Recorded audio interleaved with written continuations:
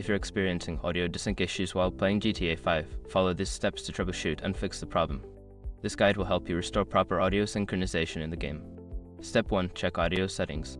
Go to the game's audio settings and ensure that the audio output device is correctly selected. Make sure the settings match your system's audio configuration. Step 2. Update audio drivers. Visit the website of your audio device manufacturer and download the latest drivers. Installing updated drivers can resolve compatibility issues that may cause audio desync.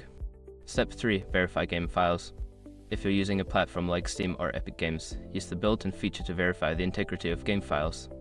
This process will check for any corrupted files and replace them, which can help fix audio issues. Step 4. Adjust in-game graphics settings. Lowering the graphics settings can reduce the load on your system, potentially improving audio synchronization. Experiment with different settings to find a balance that works for your setup. Step 5. Restart the game and system.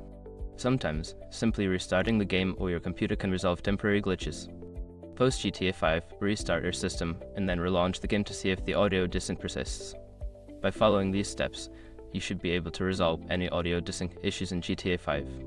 If problems continue, consider seeking support from the game's community or official forums for further assistance.